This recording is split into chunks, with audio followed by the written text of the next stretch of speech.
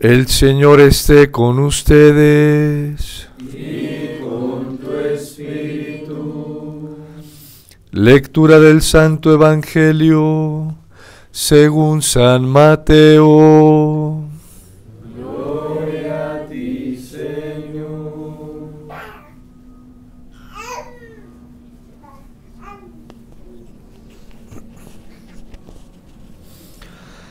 En aquel tiempo Jesús despidió a la multitud y se fue a su casa.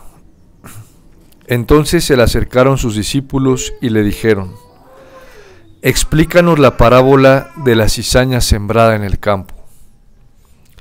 Jesús les contestó: el sembrador de la buena semilla es el Hijo del Hombre. El campo es el mundo. La buena semilla son los ciudadanos del reino. La cizaña son los partidarios del maligno. El enemigo que la siembra es el diablo. El tiempo de la cosecha es el fin del mundo, y los segadores son los ángeles. Y así como recogen la cizaña y la queman en el fuego, así sucederá al fin del mundo. El Hijo del Hombre enviará sus ángeles para que arranquen de su reino a todos los que inducen a otros al pecado, y a todos los malvados, y los arrojen en el horno encendido. Allí será el llanto y la desesperación. Entonces los justos brillarán como el sol en el reino de su Padre. El que tenga oídos, que oiga. Palabra del Señor. Gloria a ti, Señor Jesús.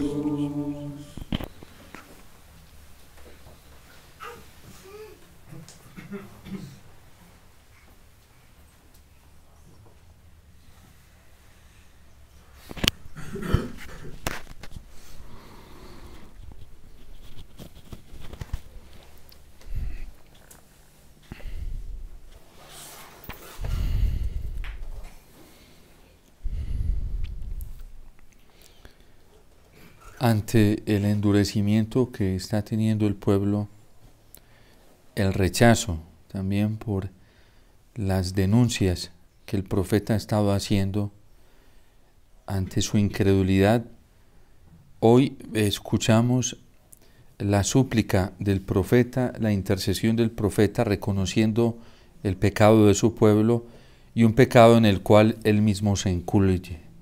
Hemos pecado, hemos cometido iniquidad, en todo hemos delinquido. E incluso el profeta Jeremías cuestiona al Señor y le dice: tú has rechazado, Señor, a Judá, te has cansado ya de Sión, ¿por qué nos has herido tan gravemente que ya no tenemos remedio? Esperamos tranquilidad y solo hay perturbación. Esperamos la curación y solo encontramos el miedo. Son en realidad los frutos del pecado, son los frutos del rechazo a Dios, son los frutos del endurecimiento, son los frutos de toda oposición a la verdad. Y esta ya es la actitud del profeta ante los males graves que ya se vienen para el pueblo.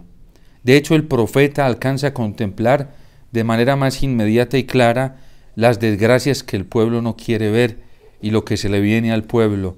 Y por eso esto lo lleva de manera angustiosa a pedirle misericordia y clemencia a Dios, porque él ya ve de una manera patente el castigo que va a venir sobre Israel, que va a venir sobre todo sobre Judá.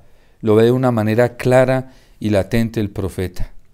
Y es tan fuerte el reclamo de Dios que le dice al profeta Jeremías unos versículos más adelante que no ruegue más por ellos, que no pida más por ellos, porque así se presente ante él el mismo Samuel y el mismo Moisés que intercedieron por el pueblo, él no va a dejar de manifestar su justicia sobre el pueblo. Y de hecho así lo hace el Señor. Judá termina siendo invadida por los babilonios y se llevan a los habitantes del pueblo cautivos a Babilonia. De hecho, el Salmo, creo que es 126, nos lo expresa de una manera muy clara. Junto a los canales de Babilonia nos sentábamos a llorar con nostalgia de Sión.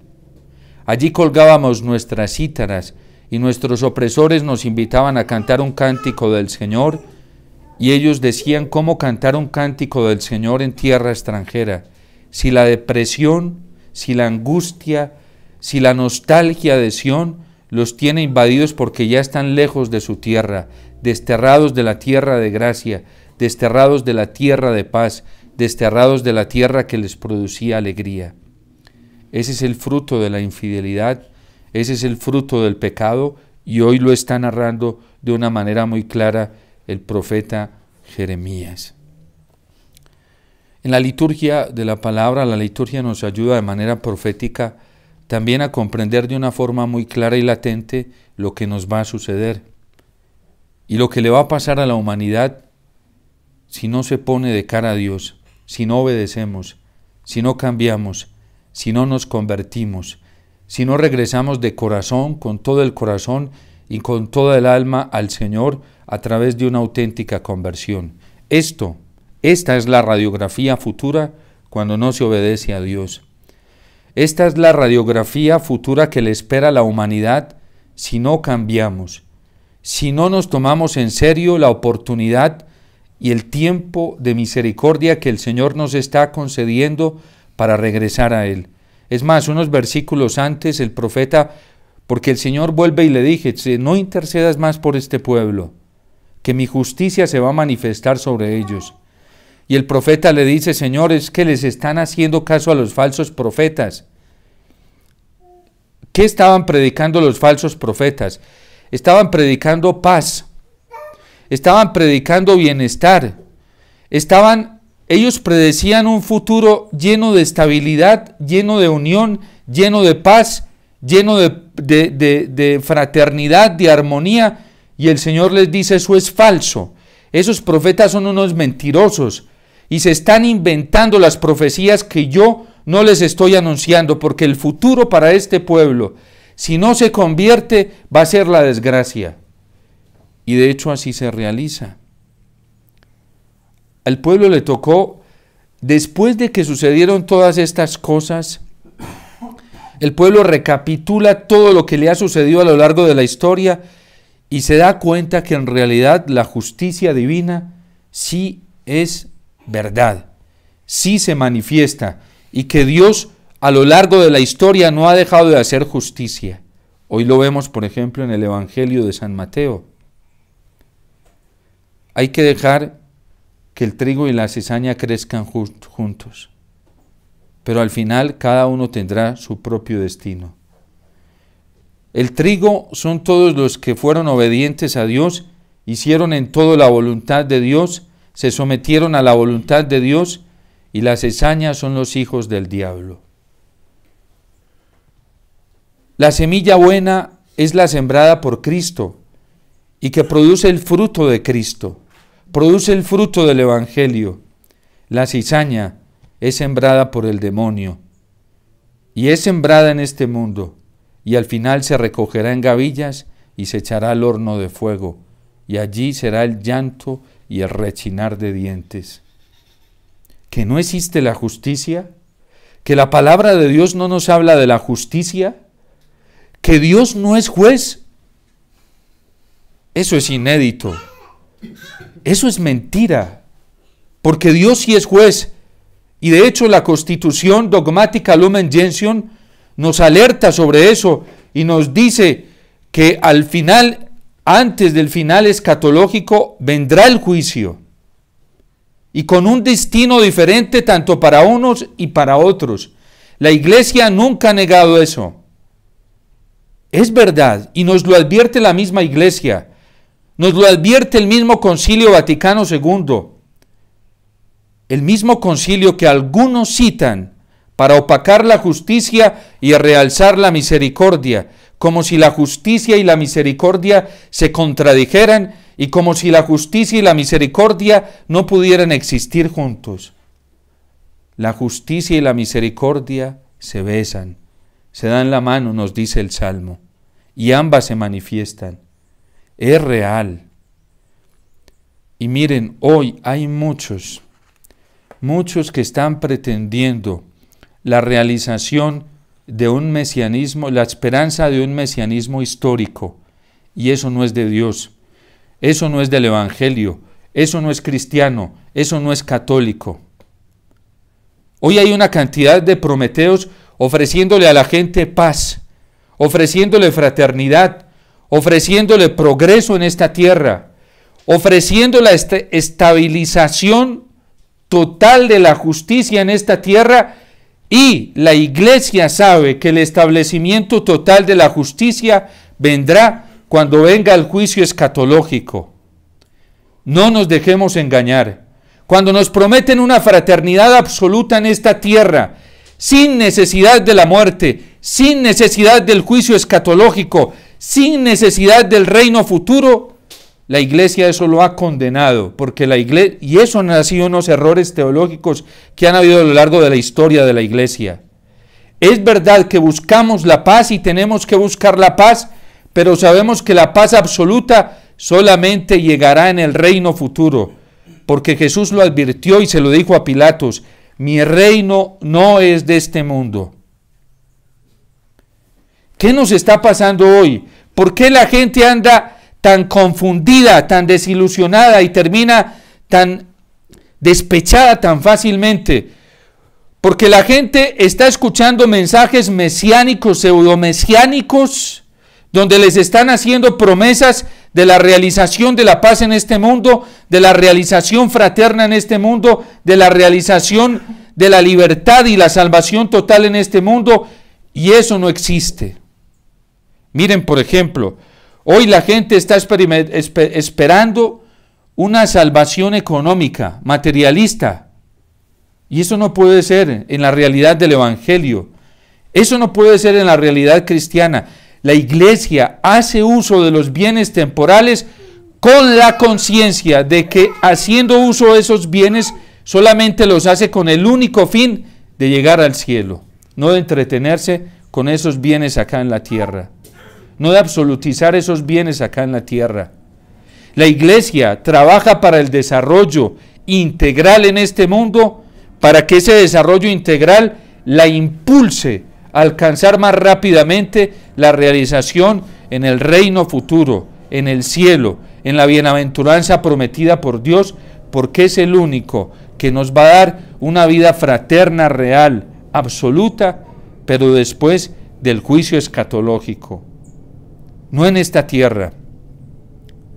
Si la instauración mesiánica fuera para esta tierra, Cristo se lo dijo a Pilato: mis legiones lucharían contra ti, contra los tuyos.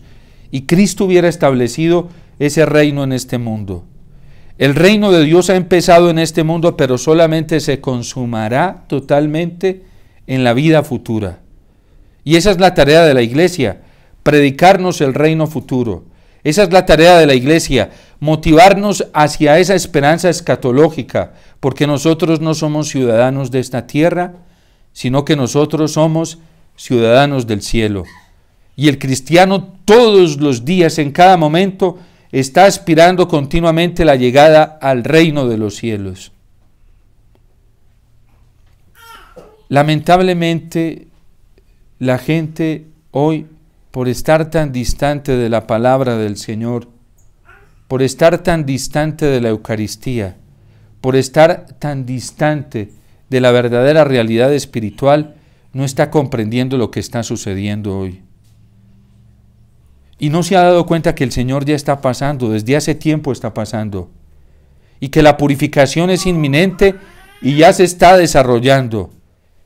Pero muchos, por sordera, por dureza, por alejamiento total del Señor, por tener entretenido su corazón en este materialismo mundano, no está comprendiendo ni se está dando cuenta en el modo en el cual Dios está pasando y Dios está realizando su plan. Y mucha gente que está ciega por tener su corazón aferrado a este mundo y por no tener su esperanza puesta en el Señor, está cayendo en el engaño del demonio. y está siendo parte de la cizaña. Está siendo parte de la cizaña. Y lo más tremendo es cuando se manifieste el juicio del Señor. ¿Qué vamos a hacer cuando nos llegue, cuando nos toque el juicio? Ahora puede ser particular, y si nos toca el juicio final, nadie sabe el día ni la hora. Nadie sabe el día ni la hora en que eso ocurra, pero puede ocurrir. Y la iglesia vive preparada para eso. La iglesia vive preparada para que en cualquier momento llegue el Señor. Porque puede llegar como un ladrón rugiente. Puede llegar como un ladrón en la noche sin avisar. Y así nos lo advirtió el Señor en las parábolas escatológicas. Pero la gente no vive preparada para la muerte. La gente no está preparada para el juicio. La gente no está preparada para el Señor. Y hoy nos lo está advirtiendo el profeta.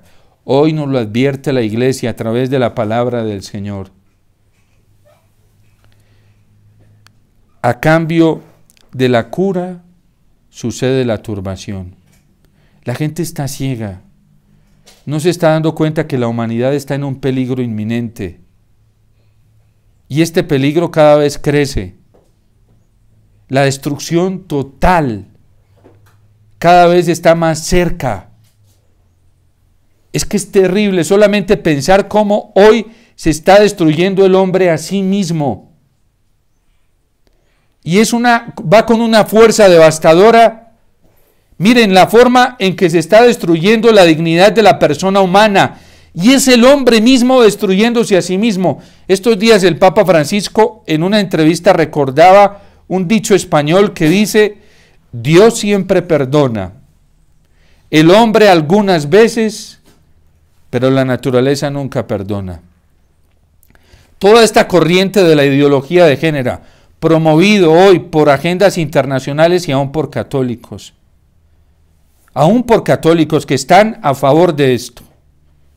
Y en Colombia lo vimos en las elecciones presidenciales, católicos a favor de este movimiento LGTB de matrimonios homosexuales, votaron por esto, promovieron esto, católicos. Ir en contra de la naturaleza misma del hombre, ir en contra de la dignidad de la persona del hombre. A ese punto estamos llegando, a esa ceguera. Porque eso hace uno cuando da el sufragio del voto a un candidato que promueve esto, está diciendo: yo estoy a favor de esto. Y eso hace uno cuando da el voto, el sufragio del voto a un candidato que promueve el aborto y la eutanasia, está diciendo: yo estoy a favor de esto. Y eso hace uno cuando da el sufragio del voto a un candidato que promueve la legalización del consumo de droga. Yo estoy a favor de esto. Porque es una expresión de libertad, de voluntad. En la libertad yo estoy expresando mi voluntad, mi querer, mi deseo. Y mi deseo es este. Eso manifiesta uno a través de la democracia. Para eso es la democracia. Para manifestar mi parecer frente a una situación. En un candidato que me está representando. Eso hicieron los colombianos. Pero lo más grave de todo, eso hicieron muchos católicos. Y lo promovían. Y no escucharon las advertencias del Señor.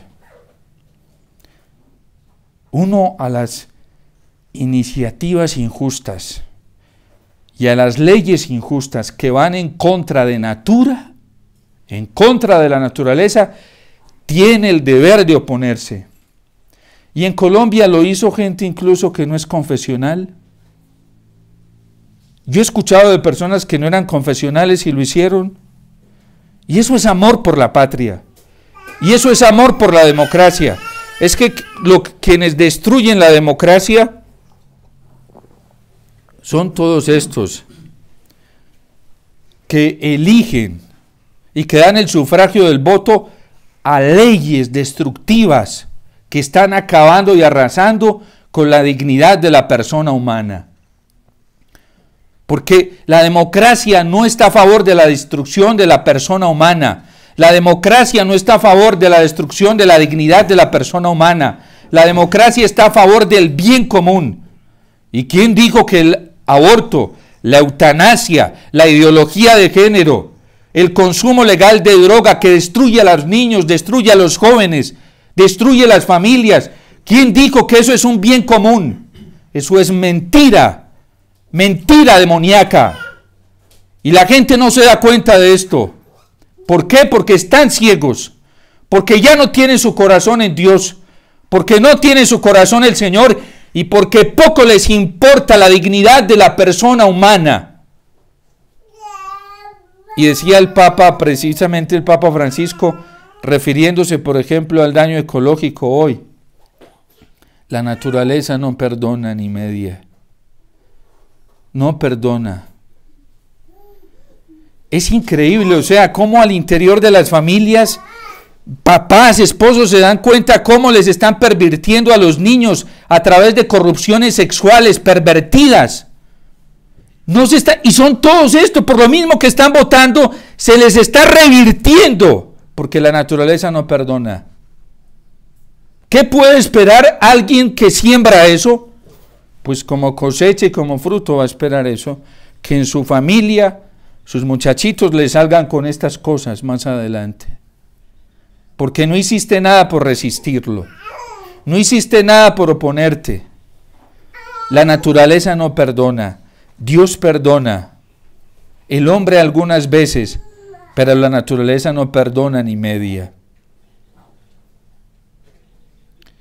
A mí me impacta ver la incoherencia, el nivel ilógico en el que estamos. La gente ya no piensa, no está utilizando su razón, solamente su instinto, y se dejan llevar de sus instintos, y se dejan llevar de falsos profetas. En Colombia hay muchos falsos profetas, muchos. Son mercenarios vestidos de pastores. Son lobos vestidos de ovejas. Porque quien promueva el mal no puede venir de Dios, no puede venir del Espíritu Santo. ¿Saben qué es lo que promueve el Espíritu Santo? Todo lo que perfecciona la dignidad de la persona humana, lo que la perfecciona, no lo que la imperfecciona. El Espíritu Santo solamente nos conduce al bien en todos los grados. Nadie puede decir, eso es herético. Que un católico diga que el mal puede perfeccionar, jamás, jamás. Y la iglesia en esto ha sido muy clara. El mal no perfecciona a nadie en ningún grado, en ningún grado. El mal menor, ni el mal mediano, ni el mal mayor, en ningún grado. Eso es una mentira hasta ética. O sea, hoy desde el campo de la ética mundial, sobre todo una ética honesta, no pervertida por este relativismo, sabe que el mal no perfecciona a nadie. Por eso hay gente que no es confesional, que ni siquiera son católicos, y viven los valores cristianos mejor que muchos católicos. Los viven mejor, son más coherentes que muchos católicos. Y por eso hay algunos que prefieren declararse ateos y vivir los valores éticos de una manera individual, a veces a meterse dentro de un grupo donde muchos de nosotros nos hemos dejado corromper por el relativismo y el antitestimonio que estamos dando a muchos hombres y mujeres de nuestro tiempo es muy grande. De hecho, la Gaudium et Spes habla de las raíces del ateísmo como una de las raíces del ateísmo es una de las causas por las cuales hay tanto ateísmo hoy, es por la incoherencia de nosotros los católicos.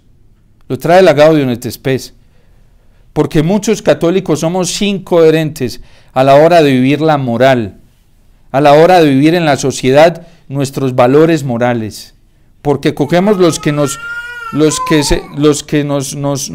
parecen bien a nosotros y los que no nos parecen bien los dejamos a un lado. Hoy hay mucha incoherencia moral, muchísima. Por eso nosotros tenemos que fiarnos de la palabra del Señor. Y miren, la única cura para esto y para poder ver claro es la conversión. Si no hay conversión del corazón, nos enseña la Gaudium et Spes y el magisterio posterior a la Gaudium et Spes de la Iglesia. Si no hay conversión, vamos a tener nublada la vista y no vamos a ver claro y no nos vamos a dar cuenta dónde está el error. No nos vamos a dar cuenta. Solo la conversión nos da una claridad para poder detectar el error, para poder detectar dónde se encuentra el engaño. Si no hay conversión, el diablo nos va a engañar. Y por eso el Señor, hoy explicando la parábola del enemigo que sembró cizaña, dice que al fin de cuentas se va a manifestar el juicio, y el juicio separará unos de otros. Por eso, mientras vamos de camino, reconciliémonos con el Señor, volvamos a Él de todo corazón, con toda el alma. Como dice el Salmo, siendo sinceros con Él, y Él se apiadará de nosotros. Y no nos dejemos embaucar por tanta mentira. La gente hoy vive detrás de... A ver quién tiene mensajes de la Virgen, quién tiene mensajes del Señor, a quién le está hablando, quién dice esto. ¿Saben por qué? Porque la gente anda buscando lo que quiere escuchar y no está buscando la voluntad de Dios. Anda buscando lo que le parece y no la verdad. Y donde les prediquen paz, allí van, ¿sí?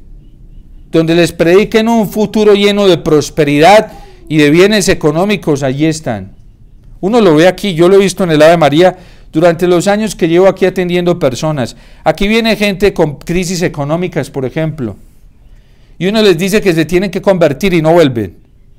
Pero si usted les dice, no, el Señor me está mostrando que tú vas a tener éxito, prosperidad económica y que tus negocios van a funcionar, ahí sí les habló Dios. Y que tú vas a ser exitoso y que vas a ser y Dios te va a bendecir. Ahí sí les...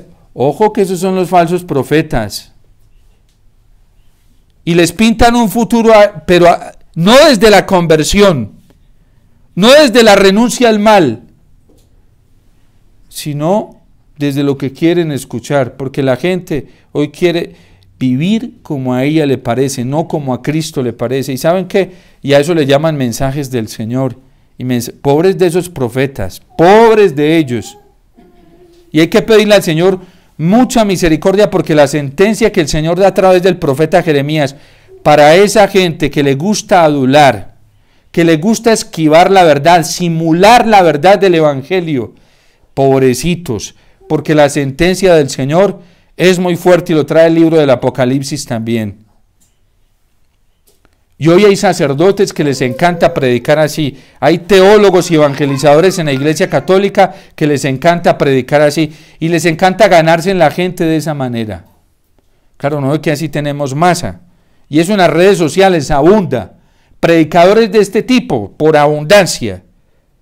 Lo mejor, yo hace por ahí 3 años que no volví a escuchar a nadie, ¿para qué? Tengo la palabra del Señor, tengo el magisterio de la Iglesia, tengo a Jesús Eucaristía. De quedarme 1 hora escuchando a un predicador, me voy y me arrodillo 1 hora ante Jesús Eucaristía, que me lo dice todo. Pero la gente es así, hoy lo dedica horas y horas a escuchar predicadores, hasta falsos profetas en YouTube y en todos estos medios de comunicación y en internet y por el chat y leyéndome. A mí me mandan mensajes, yo ni sé qué me manda ese celular. Vive lleno de cosas, yo no tengo tiempo para eso. Yo no voy a sacrificar mi tiempo con Jesús Eucaristía por estar escuchando cosas. Padre, usted sí es soberbio. Tan soberbio soy que me toca venir a pedirle a Jesús que me ayude, porque me di cuenta que el único que me puede ayudar es Él. ¿Sí? Pero soberbio porque uno no se inclina ni se arrodilla delante de los hombres. A estos falsos profetas les gusta la adulación.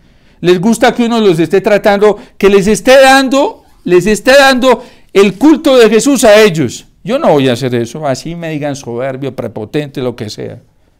Prefiero venir a inclinarme delante del único Dios ante el cual yo me debo inclinar, que es Jesús Eucaristía. yo no me le voy a inclinar a un hombre porque después Dios me las va a cobrar, me va a decir en un futuro, ¿por qué hiciste eso? Dándole el culto que me pertenece a mí, dándoselo a los hombres. Miren, hoy la gente le da el culto de Jesús en obediencia a los hombres. A mí me ha tocado confesar gente que me dicen, Padre, confiéseme esto porque me di cuenta que cometí un error por hacerle caso a personas. Mire, acabo de cometer un error y no me he dado cuenta por escuchar gente que supuestamente es católica, que habla del evangelio. Me toca en el confesionario, lo escucho cada ratico. Por no escuchar la palabra de Dios a tiempo. Miren, y nosotros en vísperas de elecciones presidenciales, eso fue terrible. Fue terrible. ¿Cuánta gente sacó tiempo para andar leyendo cosas, escuchando cosas en internet y nunca sacó tiempo para estar con Jesús en Eucaristía y preguntarle qué era lo que debía hacer? Pero sí se sentaban a escuchar cosas. A mí me mandaban, yo no tengo tiempo, yo no voy a desperdiciar mi tiempo con Jesús poniéndome a escuchar cosas que no debo. Si uno lo pueden engañar muy fácilmente, yo mejor voy a la fija y escucho a la iglesia. Alguien me decía, Padre, mira, escucha a este sacerdote, escúchate estos últimos minutos, aunque no habla nada de palabra de Dios ni de magisterio, pero sería bueno que lo escuche. Yo lo borré inmediatamente, yo no voy a escuchar eso. Yo tengo tiempo para escuchar la palabra de Dios, el magisterio de la iglesia, y me fui para el Santísimo. Lo que Jesús no me diga ahí, no me lo va a decir otra persona. Nosotros, ¿qué tan fácilmente nos dejamos engañar? Y quien le esté diciendo a la gente que venga donde Jesús Eucaristía, que se pegue de la Eucaristía, que se pegue de la Virgen, del Santo Rosario, que se pegue de la palabra de Dios, ese es el que está engañando hoy. Ese es el que está engañando. ¿Así estamos hoy? Ese es el que está engañando. Cuando se le pide a la gente que se pegue de Jesús Eucaristía, que en Jesús Eucaristía está todo. No, eso es exagerado. Eso es un radicalismo, un fanatismo. Imagínense, hoy es fanático quien depende de Jesús Eucaristía. Ese es un fanático, ¿sí? Y está en el error quien depende de Jesús Eucaristía. Imagínense al nivel que estamos hoy. Y esto no lo escucha uno fuera de la iglesia, es dentro de la iglesia católica. Dentro de la iglesia católica. Miren, a mí me toca atender personas que vienen acá que no han sido confesionales. Y me dicen, Padre, me quiero confesar. Sin decirles yo que se confiese, me quiero confesar. Padre, ¿qué hago? Aprende a rezar el rosario, ve a la Eucaristía. Perfecto, Padre. Es más fácil evangelizar hoy a gente que está fuera de la iglesia y de una. Se vienen al Santísimo y dicen, uy, Padre, sentí una paz tan grande en el Santísimo como nunca había sentido. Que dentro de la iglesia, decirle a un católico hoy que venga y haga adoración ante el Santísimo, ¿qué problema? No, eso es para monjes, eso es para sacerdotes, eso solamente es para religiosos y para irreligiosas, para monjas. Qué pesar, qué pesar. Imagínense, mi mamá no fue monja y hoy tiene casi a toda la familia delante del Señor, doblando durante años toda su rodilla ante Jesús Eucaristía. Así se ha ganado casi toda la familia para el Señor. En mi casa, una monjita, un sacerdote, matrimonios que tratan de vivir para el Señor. ¿Por qué? Porque mi mamá se la ha pasado a pie de Jesús Eucaristía. Y hoy algunos católicos dicen, no, a las esposas, tú tienes que estar pendiente de tu esposo porque si no se te acaba el matrimonio. No ores tanto, no vayas tanto al Santísimo porque se te acaba el matrimonio. Sí. Y a los esposos, no vayas tanto al Santísimo porque se te acaba el matrimonio. Por Dios, o sea, Cristo no va a destruir ningún matrimonio, fue el que convirtió el agua en vino en Caná de Galilea, solo Él, ni siquiera la Virgen. Ni siquiera la Virgen. Pero a ese grado de apostasía hemos llegado hoy. Pura apostasía es eso. Pura apostasía. Apostasía de la fe católica. Real, contundente. Porque un católico que no tenga la convicción hoy de que el único que lo va a salvar es Jesús Eucaristía está muy mal, pero mal. Un sacerdote que no tenga la convicción de que el ardor de su vida sacerdotal proviene solo de Jesús Eucaristía está muy mal. Y yo atiendo a algunos sacerdotes, yo acompaño sacerdotes, que cuando me llaman, ¿qué les digo? Padre, vuelva al Santísimo, vuelva a extraer su amor de la Eucaristía y de la Virgen. Bueno, y algunos sacerdotes lo han hecho y me escriben con sus testimonios. Nosotros tan collarejos, católicos, creyendo que somos los que vamos a salvar el sacerdocio. Hay gente muy soberbia en la vida, demasiado soberbia. ¿Quién dijo que el sacerdocio lo vamos a salvar nosotros? ¿Saben cómo se mantenían vivas las vocaciones sacerdotales y religiosas hace unos años atrás? Con todas esas viejitas y mamás de rodillas ante el Santísimo, adorando a Jesús Eucaristía.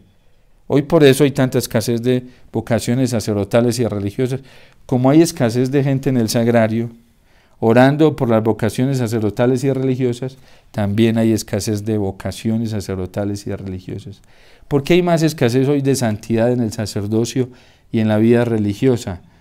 Porque ya no hay ya esas viejitas que oraban, ya han muerto muchas de ellas. Y ya esta generación de ancianos ya no tiene tanto esa tradición del amor a la Eucaristía.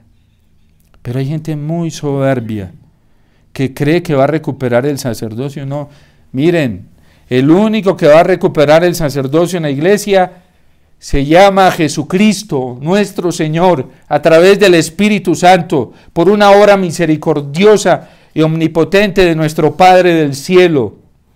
Nadie más, pero hay gente muy soberbia, se creen ya Mesías, pues son Mesías, para ellos sí. Entonces, lo que no haga el Señor, nadie lo puede hacer.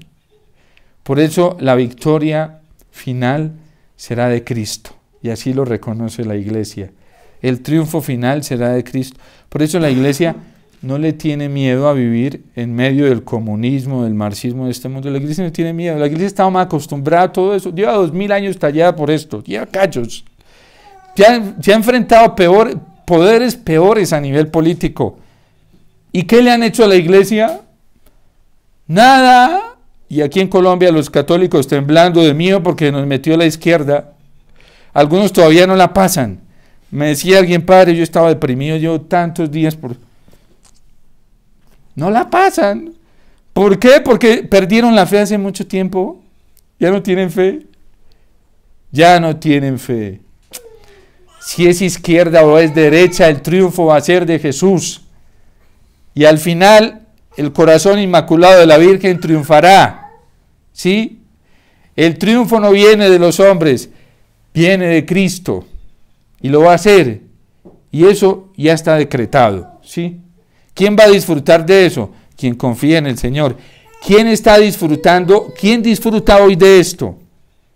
El cristiano que confía en la palabra del Señor, que confía en la promesa del Señor, quien está aferrado a la Eucaristía, ese ya disfruta, ya en esta tierra está disfrutando los frutos de la paz, de la alegría escatológica, todo eso lo disfruta en esta tierra. Por eso Sor Isabel decía que estaba viviendo su cielo en la tierra, porque su cielo era Dios y habitaba en su corazón. Solamente quien vive con la esperanza puesta en Cristo, solo en el Señor, ya disfruta de esa paz y esa alegría. No nos dejemos engañar, hermanos. No nos dejemos engañar. A muchos los tienen engañados y andan tristes, confundidos, angustiados, desesperados, cansados. Caminan para allá, para acá, son buscando estrategias, a ver qué hacen, qué no hacen. Pobrecitos. Y dice el Señor a través del profeta Jeremías, se cansan en vano. Caminan para allá y para acá y de nada les sirven esas caminatas y esos afanes. ¿En qué van a terminar? Desgastados. Primero psíquicamente, espiritualmente, moralmente y físicamente también, porque su cuerpecito no les va a aguantar. No les va a aguantar. Cuando uno lucha contra la verdad, cuando a uno le falta humildad para reconocer que solamente el Señor es capaz y que uno no tiene que hacer otra cosa que postrarse. El Señor sufre más de la cuenta. Hay cruces que el Señor no se las ha querido a nadie.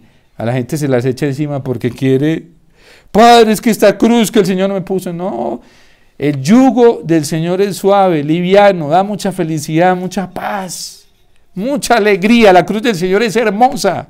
Dan ganas de estarla abrazando y de no soltarla. Cuando es del Señor, cuando es de los hombres, qué fastidio. Eso cuando es de los hombres, qué fastidio. Eso no dan ganas ni de mirarla, ¿sí? Pero cuando es de Dios, es hermosa. La cruz es bellísima cuando viene del Señor, porque mi yugo es suave y mi carga ligera. Esa cruz produce mucho amor, mucha fe, mucha esperanza, aumenta las virtudes teologales.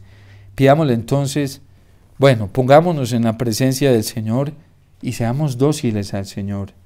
Doblemos nuestras rodillas delante del Señor y volvamos a Él de todo corazón. El Señor es tan lindo que hoy nos da la oportunidad de volver a Él, hoy, y volver con todo nuestro corazón a Él y disfrutar de su presencia, de su promesa, de su gracia. Lo más grande que le puede pasar a uno en este mundo, es disfrutar de la promesa del Señor ya aquí, incubada en esta tierra. Eso es lo más grande que nos puede pasar. Y la dicha más grande la tenemos en Jesús Eucaristía. Tener a Jesús Eucaristía, poder participar de su presencia, es el regalo más grande, la parte mejor, el lote de nuestra heredad, lo más precioso. Eso no se compara a ninguno de los bienes de este mundo. No se compara a nada. Estar con Jesús Eucaristía es lo más grande, lo más hermoso, lo más esperanzador, lo más reconfortador, ¿sí? Y lo que más nos llena del amor de Dios. Dios te salve María, llena eres de gracia, el Señor es contigo. Bendita tú eres entre todas las mujeres, y bendito es el fruto de tu vientre, Jesús. Santa